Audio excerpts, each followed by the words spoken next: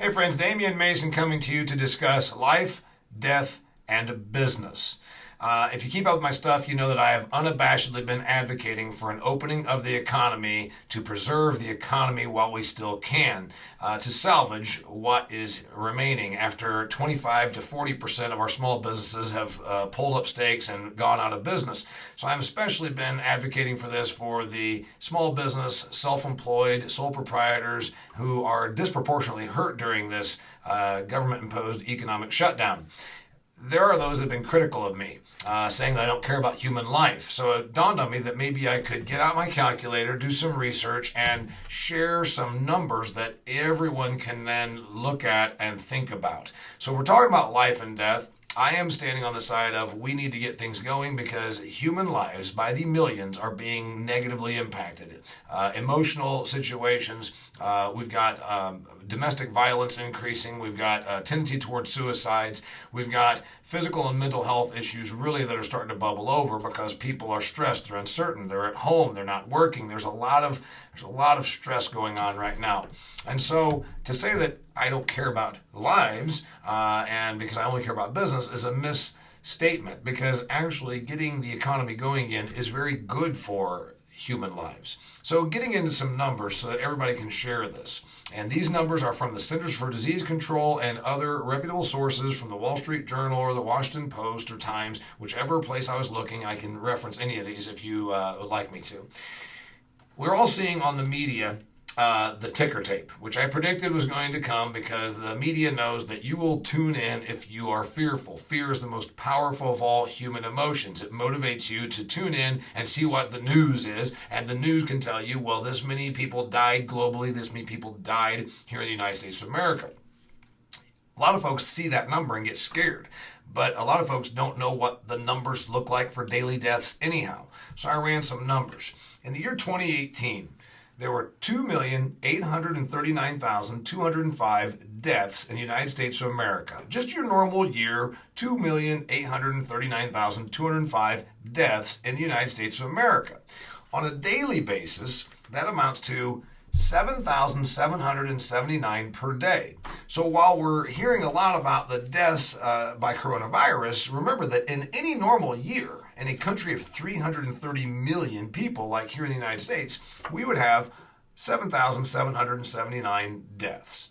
Okay, 41,379 coronavirus deaths so far. Now, this goes back to January or February when we began counting, and I put a question mark in here because there's a great speculation and even some tension about this. Various accounting methods are going on. Some states have decided they want to count any death, even if it's probable or could have been by coronavirus. So if you have a 90-year-old that's got diabetes and various other cancer, let's say emphysema, and that person dies, it could be because they tested positive for coronavirus. But as a 90-year-old with other underlying health problems, likely to die anyway. And I'm not being calloused, I'm just giving you some numbers. Okay, this amounts to 41,000 so far into this. If you go back to February 1st, that's 523 deaths per day.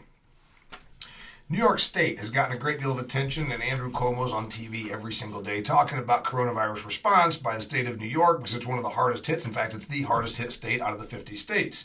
They would normally, with 6% of the U.S. population, have about 467 deaths per day based on having a population of around 20 million in a country of 330 million. Based on the percentages, that's about what a normal day would look like in New York State.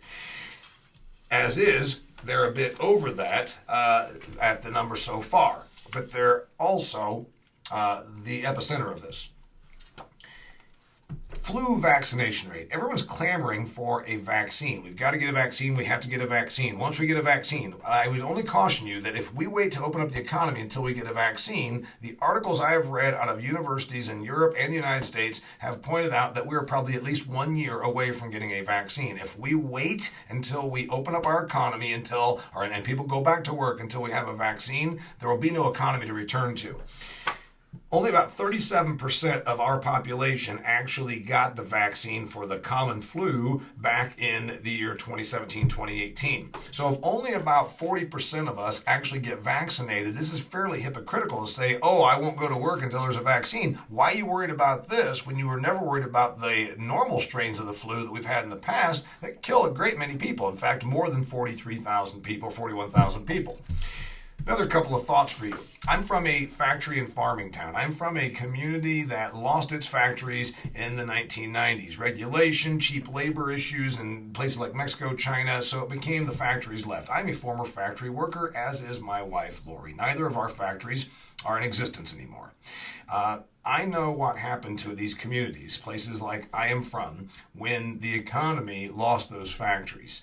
Those people that could be middle income to lower middle income workers, children, don't have jobs in factories now. They have lesser jobs or they're on welfare. And the toll on these people, you've got obesity, you've got diabetic, you've got issues of just general health, because when a person has no work, they have no dignity. Work has dignity. And this is where we're going to start to have an issue with people not going to work and not feeling as though they have provided. After a while, it gets to old sitting and watching Netflix. So I want to give you some other numbers. Suicide numbers are going to spike. In 2018, according to the Centers for Disease Control, we had a little over 48,000 United States deaths by suicide. I'm going to give you another example because I'm a farm guy. U.S. farmer suicide rates are about 5 times the average U.S. citizen rate who complete suicide. Why is that? Because there's a great deal of uncertainty, because there's a great deal of loss of pride when they are failing. What do you think is going to happen to small business people? Small business people are going to represent that same thing as happens in agriculture. When small business people, through no fault of their own, have been put out of business, there will be mass suicide increases, not mass suicide, there will be suicide increasing by a large number because of the loss of dignity and the feeling that they failed. This is why farmers have 5 times the rate of suicide as the rest of the country, because they have so much uncertainty and then they are tied to their business, and when they can't make it, they feel it is a personal failing. We're going to see suicides the longer we allow business to fail. Let me give you another number.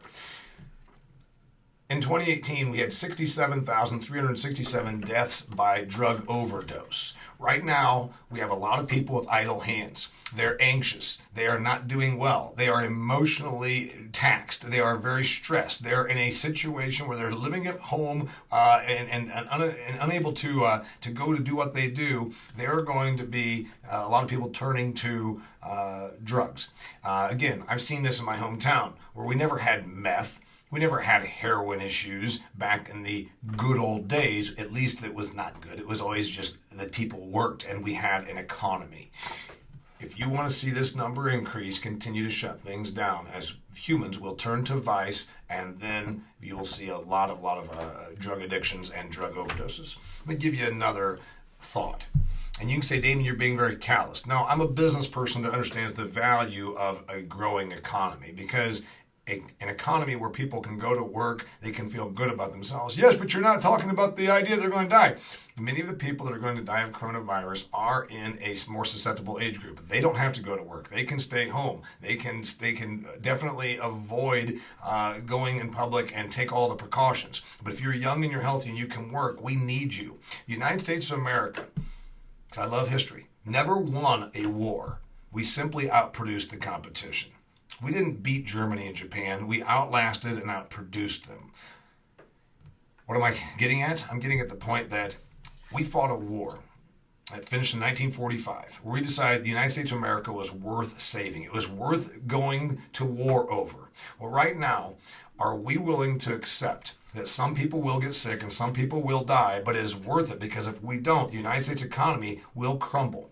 We have adversaries. This is not a loving little friendly world we live in. China would like to exploit our weaknesses, as would Iran, as would Russia.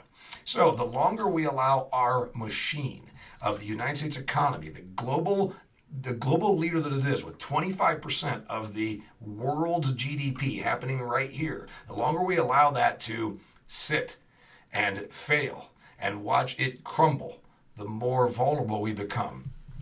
In World War II, 405,000 Americans lost their lives, mostly age 18 to 25-year-old young men, boys that joined to go and save the United States of America. I'm not saying that we need to lose 400,000 Americans to fight coronavirus. I'm saying that at some point we need to realize there will be some sickness and there will be some people who will die. But if we're waiting on a vaccine, that is over 1 year away. And many people don't go and get vaccinated anyhow, as the CDC numbers will tell you. If we're waiting on the virus to go away, it may not happen. By May 1st, we need to really re-examine this, because America, we are going to have a lot worse numbers than our normal numbers. And it's not going to be because of coronavirus. It's going to be because of deaths of despair, drug overdose, crime rates, civil unrest. The list goes on. Please heed my warning and think about this. I gave you some real numbers. I'm happy to give you any more if you should need them. I'm Damian Mason. I'm the author of Do Business Better. I do stand on the side of business people, because I know that what thriving businesses do for Main Street help everybody in America. Till next time, thanks for tuning in.